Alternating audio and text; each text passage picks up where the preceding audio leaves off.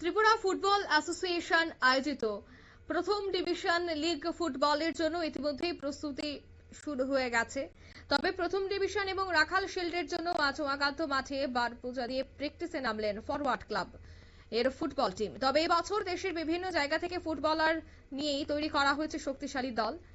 তবে সে বিষয়ে ক্লাব সভাপতি বাসুদেব চৌধুরী এবং সম্পাদক পার্থসারথী গুপ্ত ত্রিপুরা ফুটবল অ্যাসোসিয়েশনের আয়োজিত আসন্ন প্রথম ডিভিশন এবং রাখাল শিল্ডের জন্য আজ উমাকান্ত মাঠে যে বারপূজা এবং প্র্যাকটিসের আয়োজন করা হয়েছে সে বিষয়ে বিস্তারিত তারা তুলে ধরেন। অন্যদিকে তারা জানাচ্ছেন যে এবার তাদের বারপূজার মধ্য দিয়ে যেহেতু প্র্যাকটিস শুরু হয়েছে এবং দল গঠন করা হয়ে গেছে, তাই তারা জয় নিয়ে অনেকটাই আশাবাদী। কি বলছেন ক্লাব কর্তৃপক্ষ শোনাচ্ছি।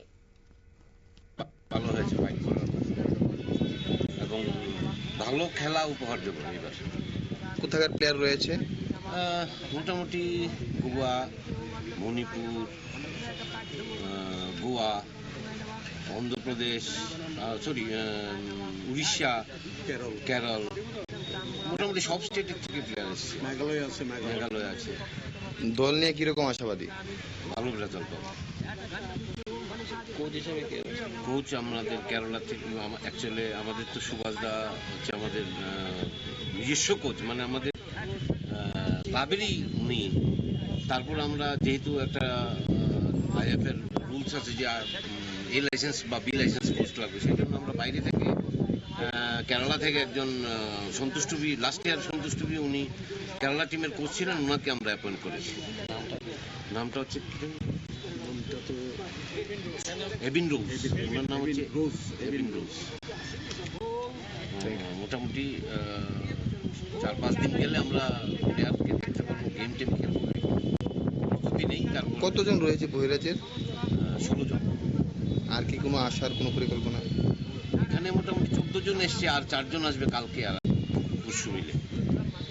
বাজেট কত? বাজেট এখন 25-30 লাখ 35 লাখ ধরেছি, তার